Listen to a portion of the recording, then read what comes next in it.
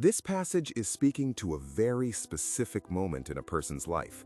Not the beginning, when everything feels exciting. Not the end, when results are obvious. It's talking to people in the middle. The ones who are tired, quiet, and questioning themselves at night when no one is watching. The 2 a.m. version of you isn't about drama. It's about invisibility. It's about the private calculations you never post, the things you want but quietly close out of your browser because you can't afford them, the opportunities you don't apply for because you've already imagined the rejection.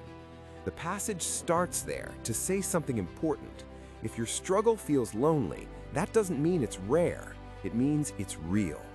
Then it reframes quitting. We tend to imagine giving up as a big moment, a breakdown, a decision, a clean exit. But the text argues that quitting usually doesn't look like that. It looks like not opening the laptop today, not sending the email, not trying again because the last attempt drained you more than you expected.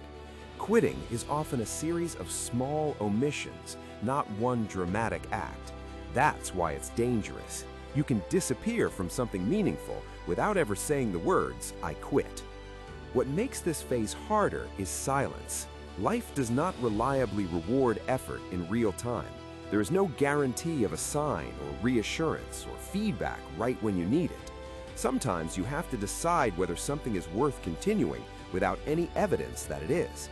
That decision happens in ordinary moments, on ordinary days, when nothing is working and no one is paying attention. That's what the passage calls the real moment. The author then describes a common psychological trap: negotiating with yourself. When progress stalls, people often rename quitting so it hurts less. They call it being realistic, they call it a break, they call it timing. Sometimes those choices are healthy, but sometimes they're just fear and exhaustion wearing reasonable language. The key insight here is that difficulty doesn't automatically mean the dream is wrong. Sometimes it just means the process is hard. This is where the roots metaphor matters. Roots grow underground. They make no noise. You can't see them forming, but they're the reason anything eventually stands. Many kinds of progress work like that. Skills develop before recognition. Confidence builds before opportunity. Silence doesn't always mean no. Often it just means not yet. The absence of results is ambiguous, but we tend to interpret ambiguity as failure. The passage then names the hardest phase of any long-term effort, the middle. The middle is where enthusiasm fades, but rewards haven't arrived. It's repetitive, uncertain, and emotionally draining. Nobody posts about day 84 when nothing has changed and you're starting to wonder if you're the problem. That's where most people leave, not because they're incapable, but because staying without feedback requires faith.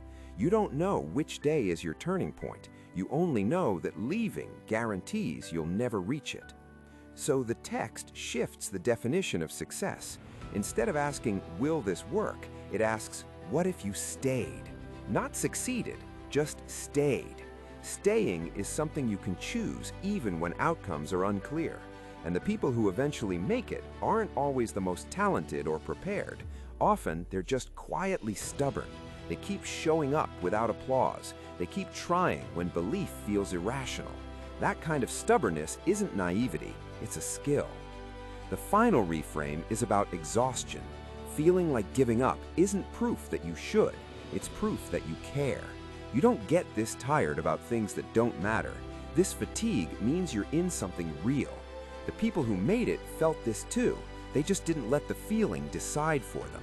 So the instruction is simple and grounded. Stay. Lower the bar if you need to. Move slowly. Crawl. But don't leave. Because you don't know how close you are. And the saddest version of this story isn't trying and failing. It's stopping right before it turns.